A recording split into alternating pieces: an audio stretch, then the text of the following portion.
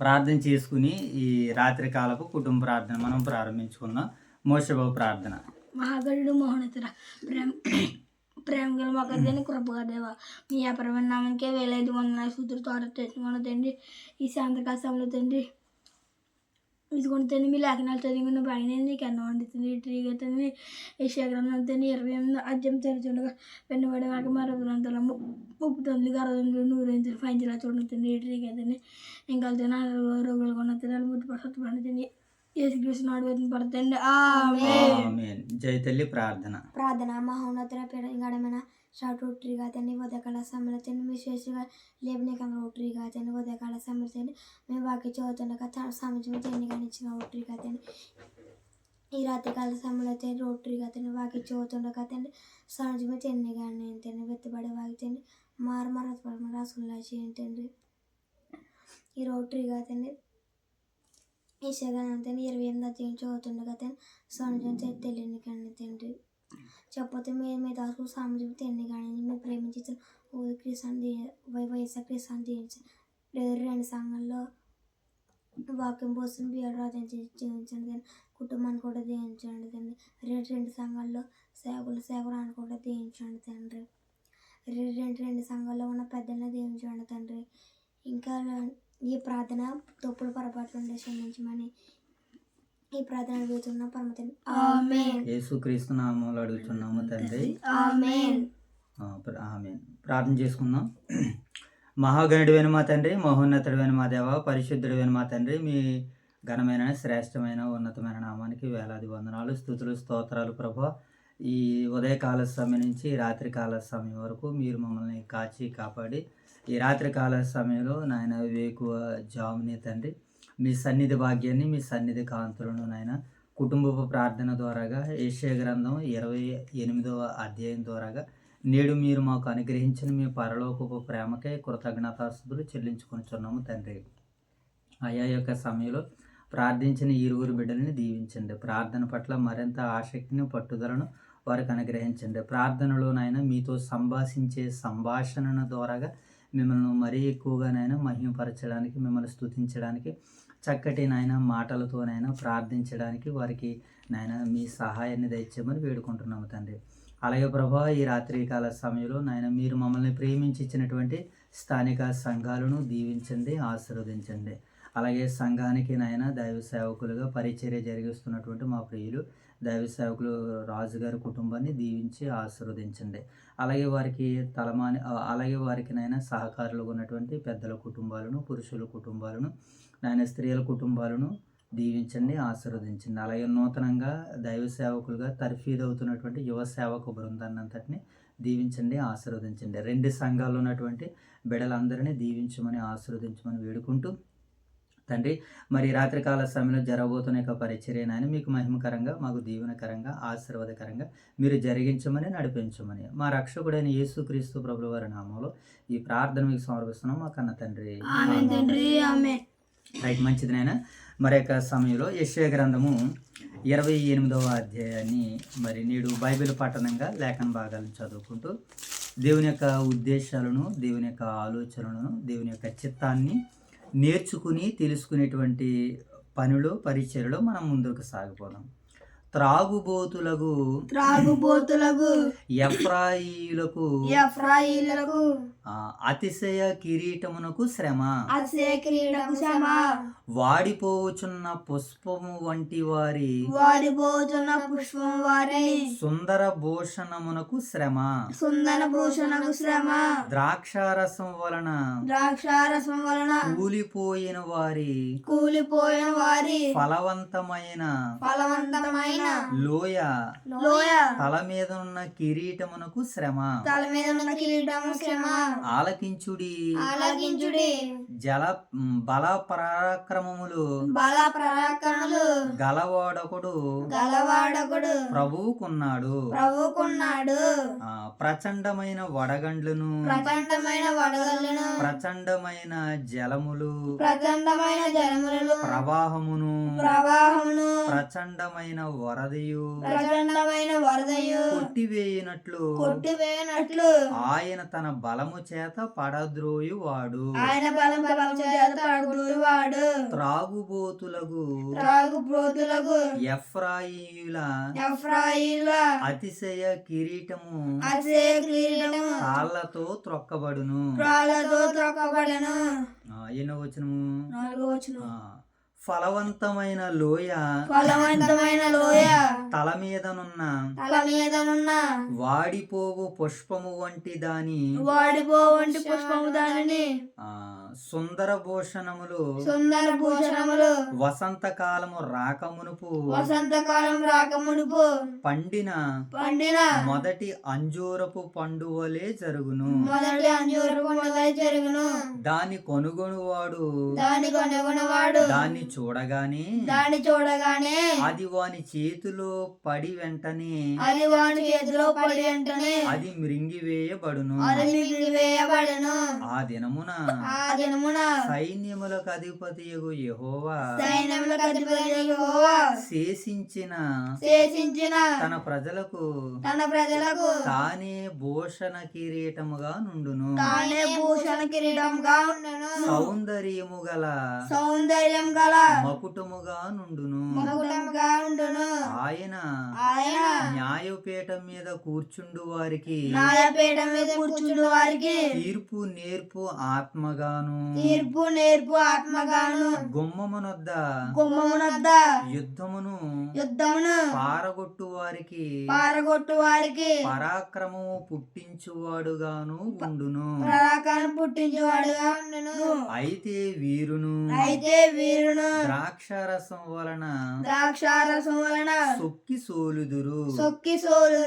మద్యం వలన తత్తరపడుదురు. యాజకులేమి ప్రవక్తలేమి అందరూ మద్యం వలన సొక్కి సోలుదురు. ద్రాక్షారసం వారిని మృంగివేయుచున్నది. మద్యం వలన తత్తరపడుచున్నారు. దర్శనం కలిగినప్పుడు సోలుదురు. తీర్పు తీర్చు కాలమున తత్తరపడుదురు. వారి భోజనపు బల్లలన్నీయు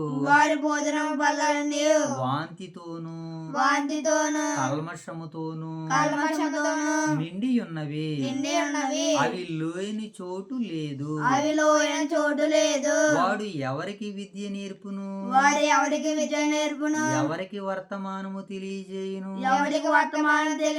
తల్లి పాలు విడిచిన వారికా చన్ను విడిచిన వారికా ఆజ్ఞ వెంబడి ఆజ్ఞ సూత్రం వెంబడి సూత్రము కొంత ఇచ్చట కొంత అచ్చట చెప్పుచున్నాడని వారు అనుకుందురు. నిజమే అలసిన వానికి నెమ్మది కలగజేయుడి. ఇదే నెమ్మది ఇదే విశ్రాంతి అని చెప్పువాడు నత్తివారి పెదవుల చేతను అన్య భాషతోను ఈ జనులతో మాటలాడుచున్నాడు. అయినను వారు విననొల్లనైరి. కావున వారు వెళ్ళి వెనకకి యొగ్గి విరగబడి చిక్కబడి పట్టబడినట్లు ఆజ్ఞ వెంబడి ఆజ్ఞ సూత్రం వెంబడి సూత్రము కొంత అచ్చట కొంత ఇచ్చట యెహోవా వాక్యము మీకు వచ్చును. 14వ వచనాన్ని చదువుకుందాం. కాబట్టి యెరూషలేములోనున్న ఈ జనులను అపహాసకులారా యెహోవా వాక్యము వినుడి. మేము మరణముతో నిబంధన చేసుకుంటిమి. పాతాళముతో ఏకమైతిమి. ఉపద్రవము ప్రవాహం వలె ఒడిగా దాటునప్పుడు అది మా యొద్దకు రాదు. రాదు, అది మా యొద్దకు రాదు. అబద్ధములను మాకు ఆశ్రయముగా చేసుకుంటిమి, అబద్ధములు మాకు ఆశ్రయముగా చేసుకుంటుమే.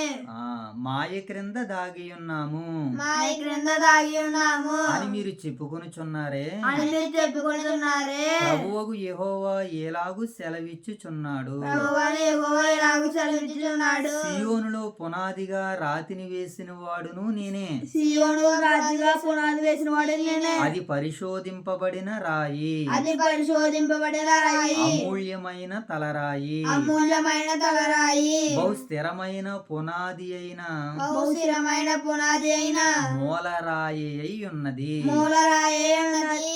విశ్వసించువాడు కలవరపడడు, విశ్వసించువాడు కలవరపడడు. నేను న్యాయమును కొలనూలుగాను, నేను న్యాయమును కొలనుగాను, నీతిని మట్టపు గుండుగాను నీతిని మట్టముగాను పెట్టెదను. పెట్టెదను.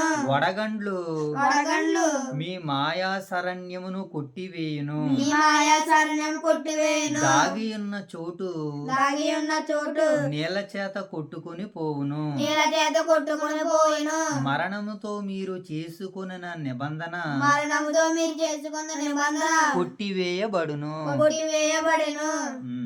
పాతాళముతో మీరు చేసుకునిన పాతాళముతో మీరు చేసుకున్న వడంబడిక నిలవదు. వడంబడిక నిలవడు. ఎన్నో వచనము, ప్రవాహం వలె ఉపద్రవము రావాల ఉపద్రము మీ మీద మీ మీద దాటినప్పుడు దాటినప్పుడు మీరు దాని చేత త్రొక్కబడిన వారు అగుదురు. మీరు వారి చేత త్రొక్కబడిన వారు అవుదురు. వచ్చినప్పుడు ఎల్లను వచ్చినప్పుడు ఎల్లను అది మిమ్ముని ఈడ్చుకొని పోవును. అది మిమ్మల్ని వీచుకుని పోవెను. ప్రతి ఉదయము ప్రతి ఉదయం ప్రతి పగలు ప్రతి ప్రగలు ప్రతి రాత్రి ప్రతి రాత్రి అది వచ్చును. అని వచ్చెను. ఇట్టి ప్రకటన అంటి ప్రకటన గ్రహించుట వలన గ్రహించడం వలన మహాభయము పుట్టును. మహాభయం పుట్టెను. పండుకొనుటకు మంచము మీద పండుగలకు మంచం మీద పొడుగు చాలదు, పొడుగు చాలదు. కప్పుకొనుటకు దుప్పటి వెడల్పు చాలదు. కప్పుకున్న దుప్పటి వెడల్పు చాలదు. నిశ్చయముగా తన కార్యమును నిత్యముగా తన కార్యమును తన ఆశ్చర్యమైన కార్యమును తన ఆశ్చర్యమైన కార్యమును చేయుటకు అపూర్వమైన అపూర్వమైన తన తన కార్యమును వివరించుటకు ఆయన పెరాజీము అను కొండ మీద ఆయన పెరాజీము కొండ మీద లేచినట్లు యెహోవా లేచును. యెహోవా లేచును.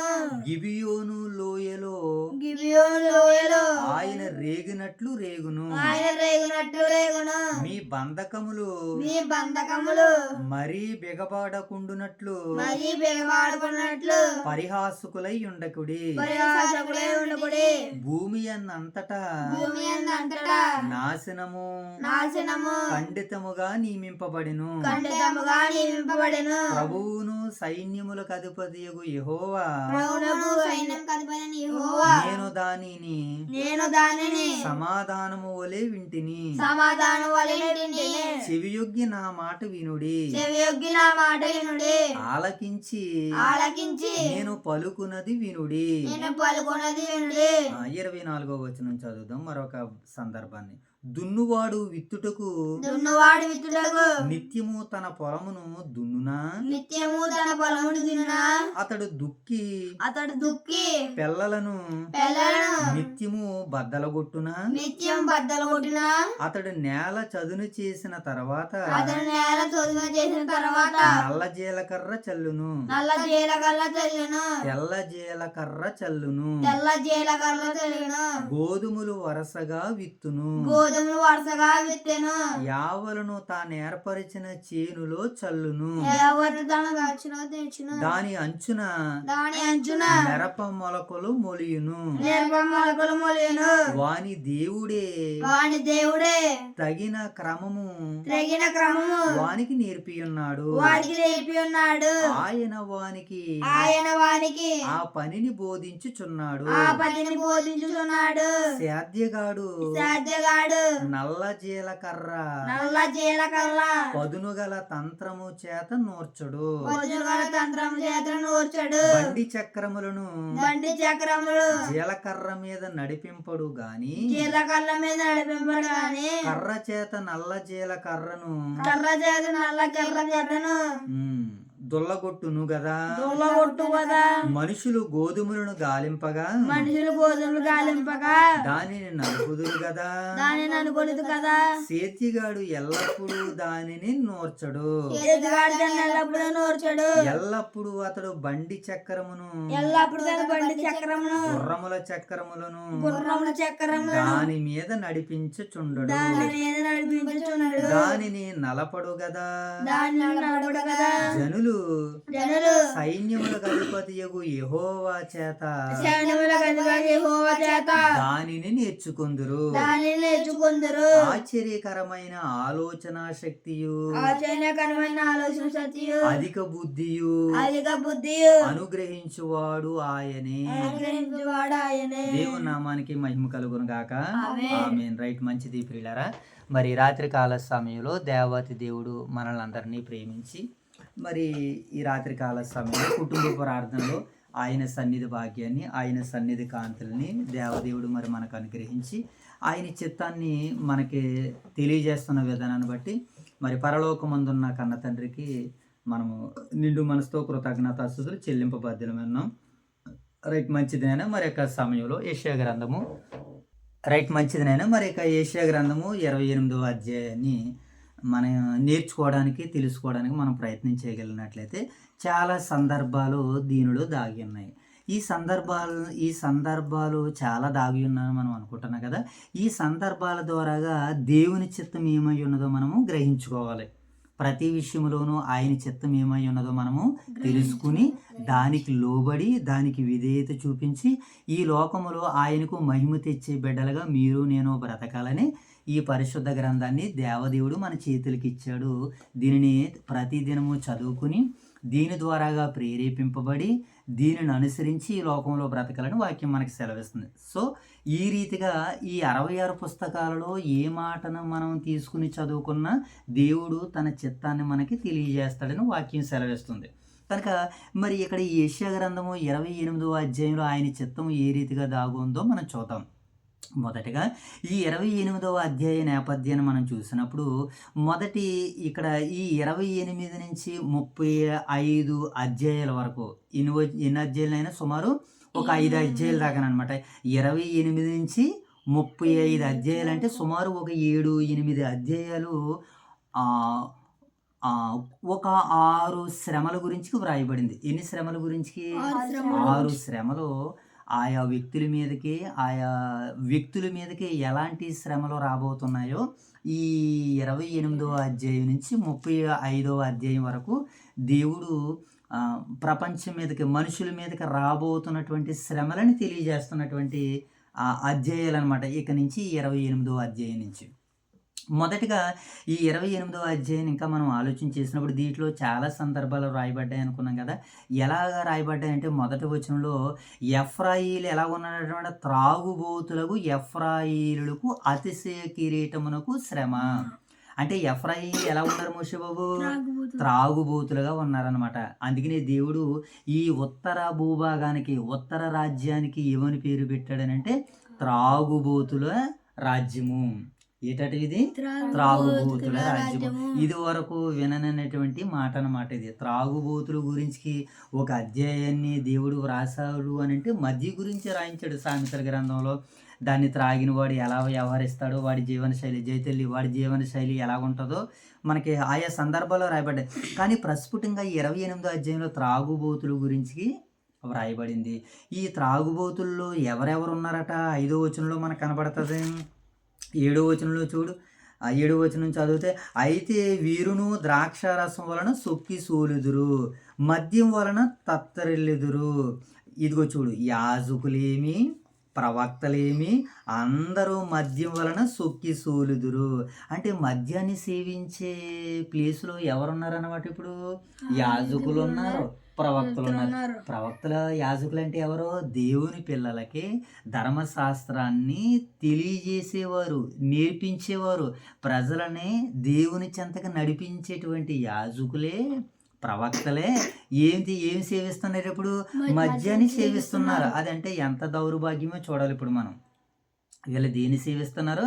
మద్యాన్ని సేవిస్తున్నారు. అందుకని ఈ మద్యాన్ని సేవిస్తున్నటువంటి వాళ్ళందరి గురించి ఈ 28 నుంచి 35 అధ్యాయాల భాగాన్ని మనం చూసినప్పుడు ఒక్కొక్కరి మీదకి 6 బాధలు ఏ రీతిగా శ్రమలు వస్తున్నాయో ఒక్కొక్క అధ్యాయాన్ని మనం చూద్దాం. ఒకసారి ముందుగా మనం 29వ అధ్యాయం మొదటి వచనం చదువు. ఇదే యెషయా గ్రంథము 29వ అధ్యాయము మొదటి వచనం. ఆరేలుకు శ్రమ. ఎవరికి శ్రమ అట నాయనా? ఆరేలుకు శ్రమ. ఎందుకు శ్రమ అంటే వీళ్ళు ఏం చేస్తున్నారనమాట? మోషే బాబు దేవుని ఆజ్ఞలకు విధేయులుగా లేరు కాబట్టి ఆరేలుకు శ్రమ. ఇక్కడ ఒక తెగవారి గురించి మాట్లాడుతున్నాడు. అలాగే ఇదే 29వ అధ్యాయము 15వ వచనం కూడా చదువుదాం ఒకసారి. 15వ వచనం.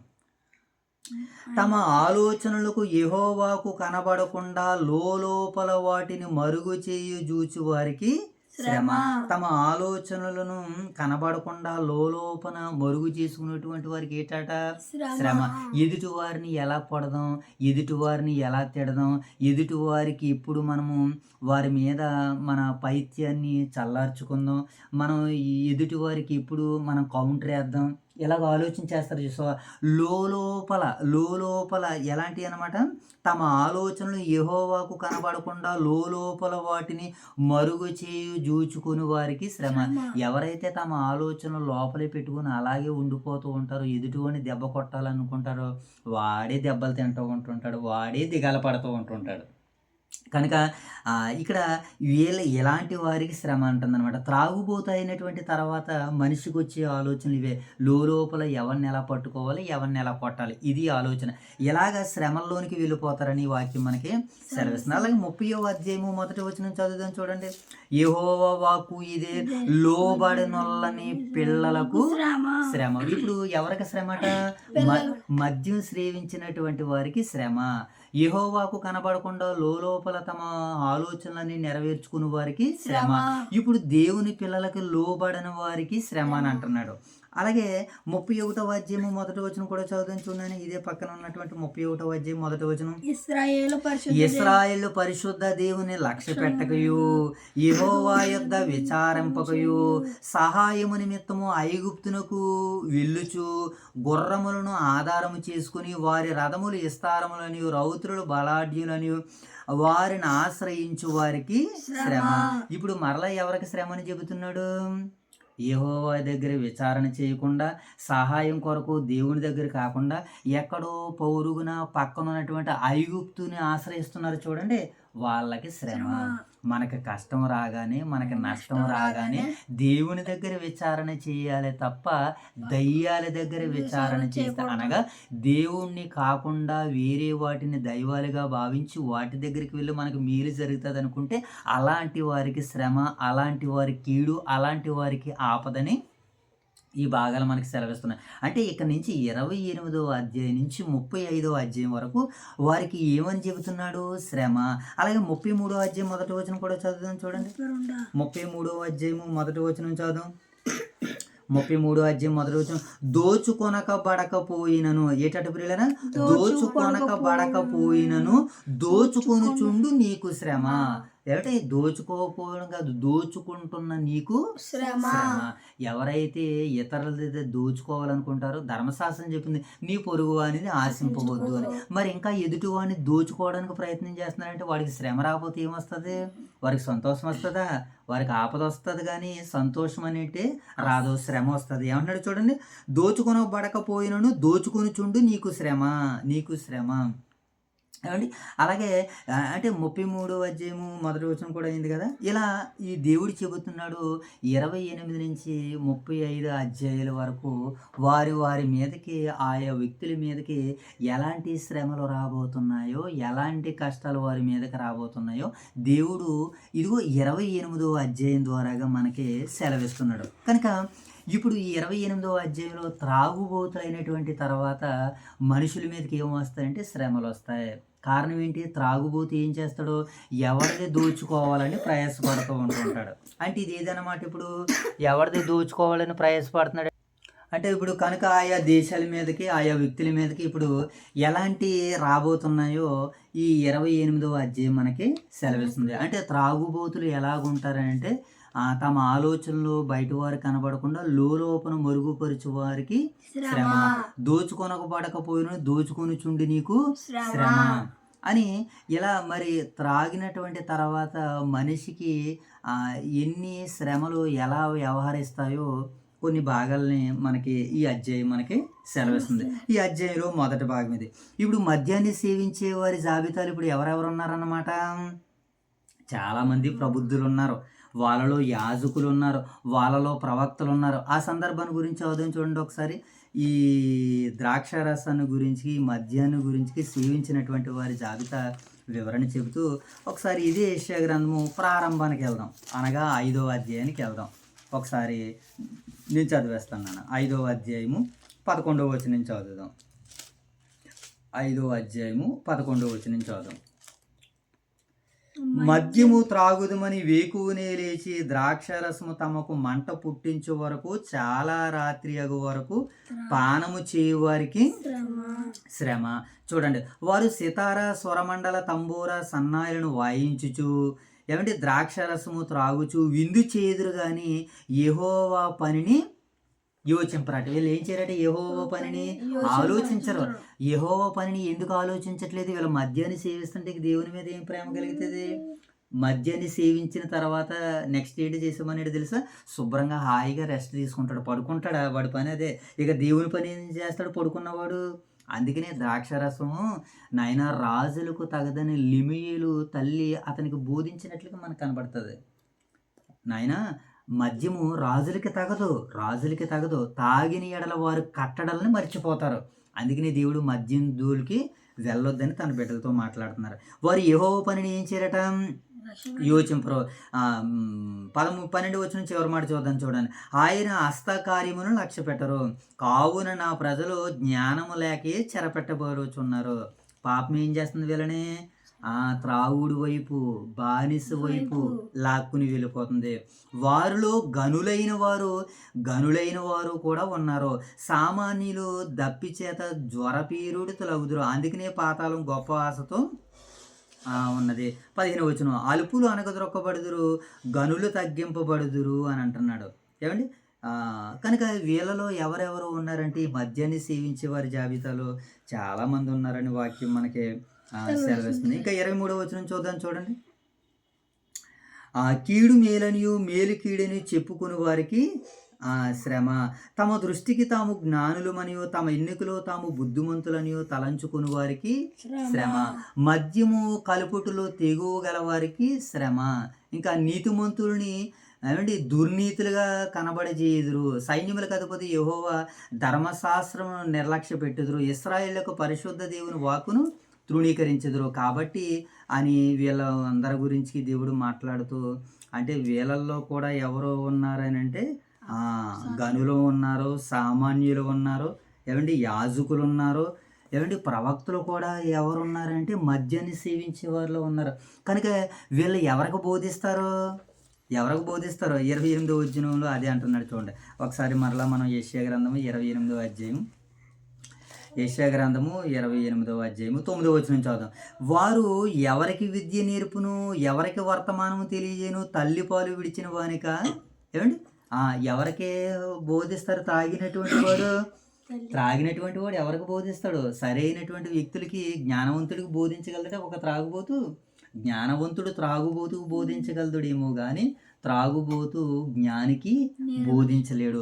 కనుక ఈ ప్రవక్తలు కానివ్వండి, యాజకులు కానివ్వండి, ప్రజలు కానివ్వండి, మద్యానికి అలవాటు పడిపోయి దేవుని చిత్తంలో నుంచి బయటకు వచ్చేసారు. కనుక నేడు మనము దుర్వ్యసనాలలో నుంచి, ఏమండి, చెడు కార్యాల్లో నుంచి ఇప్పుడు మనం కూడా ఏం చేయాలి?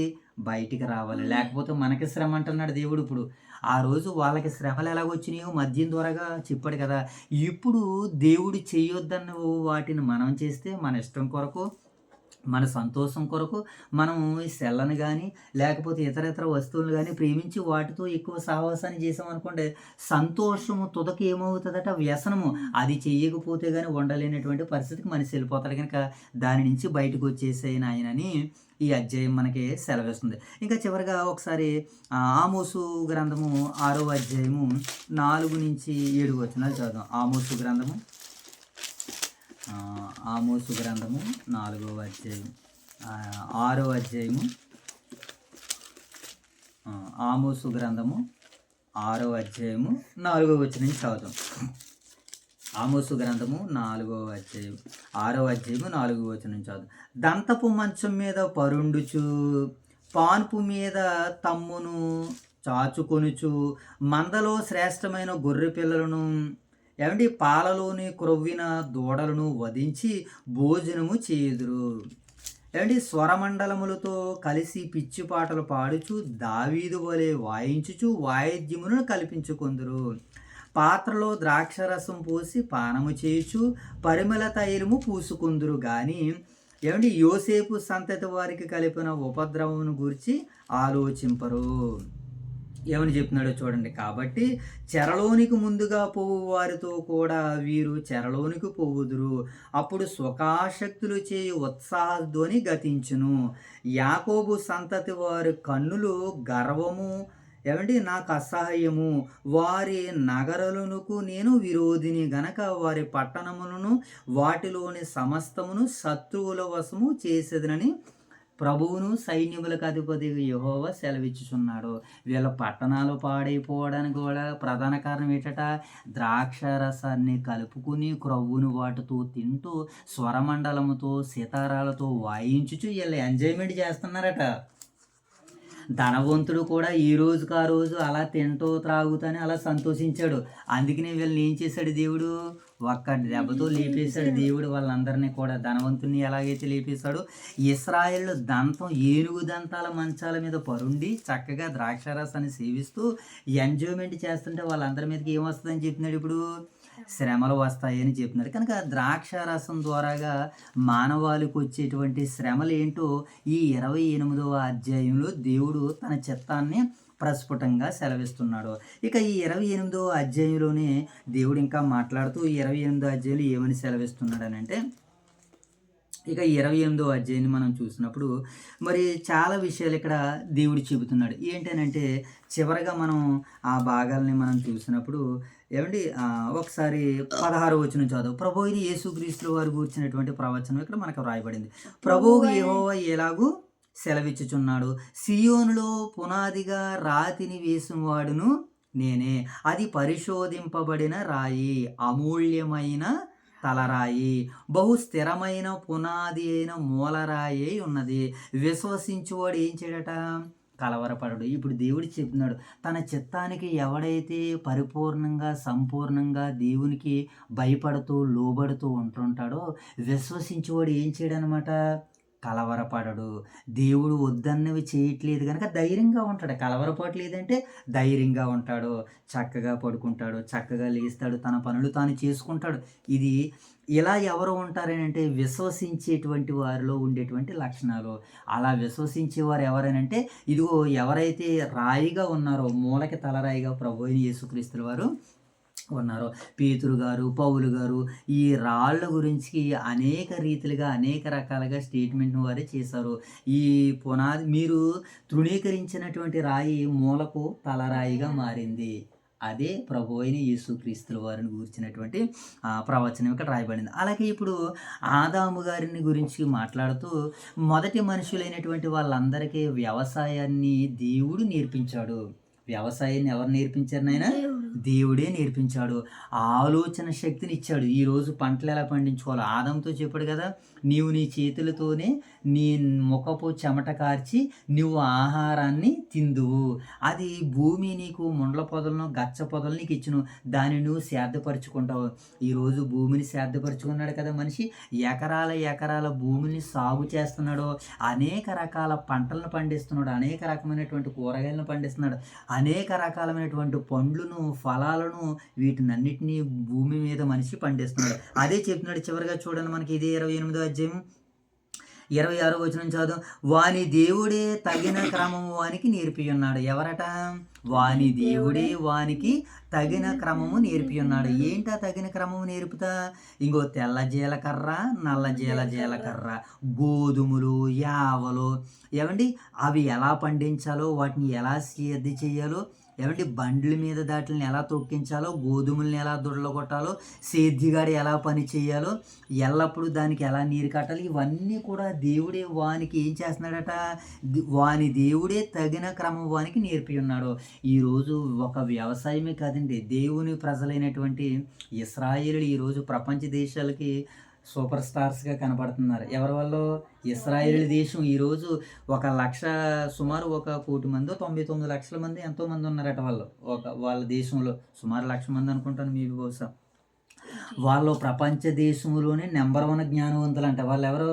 మన దేవుని పిల్లలు, ఇశ్రాయేల్ దేశం. ఇప్పటికనే వాళ్ళందరూ చాలా పవర్ఫుల్ వెపన్స్ ఉన్నాయంట వాళ్ళ దగ్గర. ప్రపంచ దేశాలని ఓడగొట్టేటువంటి సామర్థ్యం వాళ్ళ దగ్గర ఉందంట. అనేక పరికరాలు ఉన్నాయట. ఎప్పుడు వారు పండించే పంటలు ఎకరానికి మనం ఎన్ని పండిస్తున్నాం? 50 పండిస్తున్నాం గట్టిగా. వారు 80, 60, 70 బస్తాల దాకా కూడా పండించగలరట. ఎవరి వాళ్ళు? ఇశ్రాయేలు. ఈనాటికి ఇంకా వాళ్ళ చరిత్రలో ఉన్నారు ఇప్పటికి ఇంకానే. వాని దేవుడే వానికి తగిన క్రమాన్ని ఏం చేస్తున్నాడు ఇప్పుడు? వాని దేవుడే తగిన క్రమం వానికి నేర్పి ఉన్నాడు. ఆయన వానికి ఆ పనిని బోధించుచున్నాడు. ఏ పనిని? వ్యవసాయాన్ని ఎలా చేయాలో. ఈ ప్రపంచ టెక్నాలజీ, ఫేస్బుక్ కానివ్వండి, వాట్సాప్ కానివ్వండి, ట్విట్టర్ కానివ్వండి, టెలిగ్రామ్ కానివ్వండి, ఈ మొబైల్ కానివ్వండి, సెల్ కానివ్వండి, ఇవన్నీ కనిపెట్టింది ఎవరంటే వాళ్ళే. ఎవరు? ఇశ్రాయేలు దేవుని పిల్లలు వీళ్ళందరూ. ఈరోజు అంతటి పరిజ్ఞానము అంతటిది ఇవ్వగలిగాడనంటే అది దేవుడే అంటున్నాడు. చూడండి, ఆశ్చర్యకరమైన చివరి వచనం చదువు, 29వ వచనం. జనులు సైన్యములు కదపోతే యెహోవా చేత దానిని నేర్చుకుందరు. దేనిని? ఈరోజు ప్రపంచ దేశాలకు భవిష్యత్తు జ్ఞానాన్ని పంచవలసింది కూడా ఎవరనంటే దేవుని పిల్లలే. ఈరోజు జనులు సైన్యములు కదిపోతే యెహోవా చేత దాన్ని నేర్చుకుందరు. చూడండి, ఆశ్చర్యకరమైన ఆలోచన శక్తియు అధిక బుద్ధియు అనుగ్రహించువాడు ఆయనే. ఏమిస్తాడట దేవుడు? ఆశ్చర్యకరమైన ఆలోచన శక్తియు అధిక బుద్ధియు అనుగ్రహించువాడు ఆయనే. ఎందుకని? ఆయన పిల్లలు గనక, దైవాంశ సంభూతులు గనక ప్రపంచ దేశాలలో ఏమండి క్రైస్తవులే. టెక్నాలజీ అంతా ఎవరి చేతుల్లో ఉందంటే క్రైస్తవుల చేతుల్లోనే ఉంది. వాళ్ళే ఈరోజు టెక్నాలజీని అభివృద్ధి పరిచారు. టెక్నాలజీని ఈరోజు ప్రపంచానికి పరిచయం చేసింది ఎవరంటే క్రైస్తవులే. వాళ్ళలో మహామహులు, పితామహులు ఉన్నారు. వాళ్ళలో ఎవరున్నారైనా? పితామహులు ఉన్నారు. అరిస్టాటిల్ ఉన్నాడు, శాస్త్రవేత్తలు ఉన్నారు. శాస్త్రవేత్తలు ఉన్నారు. వీళ్ళందరూ కూడా వీళ్ళందరికీ జ్ఞానాన్ని ఇచ్చింది. థామస్ అల్వా ఎడిసన్ బల్బును కనుగొన్నటువంటిది ఎవరో? ఒక క్రైస్టియన్. వాళ్ళందరికీ ఎన్నిసార్లు? సుమారు 1000 సార్లు ఓడిపోయాను. 1000సారి గెలిచి బల్బునిచ్చి మనకి లోకానికి వెలిగినిచ్చాడు. కారణం ఏంటి? లోకం దేవుణ్ణి వెలిగించాడు, నేను లోకాన్ని వెలిగించాను అని అన్నాడు ఆయన. కనుక ఈరోజు టెక్నాలజీ అంతా కూడా ప్రపంచ దేశాలకు పరిచయం చేసింది ఎవరైనంటే వన్ అండ్ ఓన్లీ క్రైస్తవుడే. క్రైస్తవుడికి అంతటి జ్ఞానాన్ని ఇచ్చింది ఎవరో? పరలోకమందున్నటువంటి దేవుడు. వాని దేవుడే ఏమంటే ఏం చేస్తున్నాడట? వాని దేవుడే తగిన క్రమం వానికి నేర్పి ఉన్నాడు. ఆయన వానికి ఆ పనిని బోధించుచున్నాడు. జనులు సైన్యములకు అధిపతి యెహోవా చేత దాన్ని నేర్చుకుందురు. ఆశ్చర్యకరమైన ఆలోచన శక్తియు అధిక బుద్ధియు అనుగ్రహించువాడు ఎవరట? దేవుడే. కనుక ఇప్పుడు ఈ 28వ అధ్యాయంలో దేవుడు తన చిత్తాన్ని మనకి ఏం చేశాడు? ప్రపంచానికి టెక్నాలజీని అంతా కూడా అందించేది ఎవరో కాదురా, నేనేరా, నా పిల్లలు మీరేరా అని దేవుడు తన చిత్తాన్ని మనకి తెలియజేశాడు. మరి ఇంతవరకు ఆయన చిత్తాన్ని మనకి బయలుపరిచిన పరలోకమందున్నటువంటి కన్న తండ్రికి, మన రక్షకుడైనటువంటి యేసుక్రీస్తు ప్రభుల వారి ద్వారాగా మరి మనలో ఉన్నటువంటి పరిశుద్ధాత్మ మనలో ఉన్నటువంటి పరిశుద్ధాత్మతో తండ్రి అయినటువంటి దేవునికి ఇప్పుడును యుగములకు పూర్వమును దేవతి దేవుని నామమునకు మహిమ కలుగును గాక. అందరూ దేవతి దేవుని నామమునకు మహిమ కలుగును గాక. ఆమేన్. మోషేబు ప్రార్థన ఇలా ఉండే చేతులు ఇలా జోడించే ప్రార్థన. మహాగణుడు మహోన్నతుడ ప్రేమ గల మా కడితేనే కృపకాల దేవా మీ అపరమ నామనికే వేరేది వందన సూత్రుడు తోట తండ్రి ఈ రాత్రి కాల సమయంలో మీ లేఖనం చదువుకున్న బాగా మీకు అందమైన తండ్రి ట్రీగా తండ్రి యశాగ్రహణం తండ్రి 28 అధ్యాయం చదువుతానికి వెనుబడి వాక మా రోజులంతా నీరు కట్టి ఫర్నిచర్ మీకే అందమైన తండ్రి ట్రీగా తండ్రి ఇదిగోండి తండ్రి మీరు ప్రేమించి స్థానిక సంఘాలు దీవించి కాచి కాబట్టి ట్రీగా తండ్రి ఇంకా వెళ్తున్న రోగులు కొన్న తినాలి ముట్టి పర్వతం పండుతుంది యేసుక్రీస్తు నాడు వేదన పర్వతాన్ని ఆమేన్. జయ తల్లి ప్రార్థన. ప్రార్థన మహోన్నతర పెళ్లి గణమైన రోటరీగా తిన వాక్య చదువుతుండగా తిన సంవత్సరం ఎన్ని కానిచ్చిన రోటరీగా తిన ఈశ్వరంతని 28 అధ్యాయం చదువుతుండగా తిన సంవత్సరం ఎన్ని కానిచ్చాను మీకు ప్రేమించి రోజుకి సన్న పాలన రోజుకి సాన్ చేయించు సంఘ కాపని చేసి భూసం బియ్యాలు రాత్రి కుటుంబాన్ని కూడా తీయించండి వైఎస్ఆర్ కిసాన్ సంఘ కాపని చేయించాడు భూసం బియ్యాలు రాత్రి కుటుంబాన్ని కూడా తీయించండి తండ్రి. మేము తరగతి ముగించుకుని తండ్రి మీ సర్చ్కి వెళ్తుండగా సంవత్సరం ఎన్ని కానీ తండ్రి ఈ ప్రార్థన తండ్రి తప్పుల పొరపాటు ఉంటే క్షమించి మేము ఈ ప్రార్థన అడుగుతున్న పర్వతం ఆమేన్. ఆమేన్. ప్రార్థన చేసుకుందామా. మహాగణుడు మా తండ్రి, మహోన్నతుడు మా దేవ, పరిశుద్ధుడు మా తండ్రి, మీ ఘనమైన నామానికి శ్రేష్టమైన నామానికి వేలాది వందనాలు ప్రభా. ఈ రాత్రికాల సమయంలో త్వరితగతిగా మీ సన్నిధి భాగ్యాన్ని మీ సన్నిధి కాంతులను నేను మొదటి జాములోని మీరు మాకు అనుగ్రహించినందుకే కృతజ్ఞతాస్తుతులు చెల్లించుకుంటున్నాం ప్రభా. ఇంతవరకునైనా మీ యొక్క పరలోకపు చిత్తాన్ని మీ కుమారుని ద్వారా పరిశుద్ధాత్మ సహాయంతో నేను లేఖనాలను చదువుకునేటువంటి ధన్యకరమైనటువంటి నేను చక్కటి భాగ్యాన్ని మీరు మాకు అనుగ్రహించినందుకే కృతజ్ఞతాస్తుతులు చెల్లించుకుంటున్నాను ప్రభా. మరి యొక్క సమయంలో నీ బిడ్డలు తండ్రి నేను మీ యొక్క శిక్షలోను బోధలోను వారు పెంచుతుండగా పెరుగుతుండగా తండ్రి మీ సహాయమును సహకారము బిడ్డలు ఇరువురికి అనుగ్రహించండి. వారిని జ్ఞానవంతులుగా నిలబెట్టండి తండ్రి. రాగడి దినాల్లో నాయన మీ కుమారుని పక్షంగా తండ్రి మీ అందుండి నాయన వారు శ్రమపడుటకు మీ సహాయాలు దయచేయమని వేడుకుంటున్నాను తండ్రి. అలాగే ప్రభు ఈ రాత్రికాల సమయం మీరు మమ్మల్ని ప్రేమించి ఇచ్చినటువంటి సంఘాన్ని బట్టి నాయన సంఘం ద్వారాగా మీరు మాకు ఇచ్చిన ఈ చక్కటి సదవకాశాన్ని బట్టి నాయన మీకు కోటాను కోట్ల కృతజ్ఞతాస్తుతులు చెల్లించుకొనిచున్నాము తండ్రి.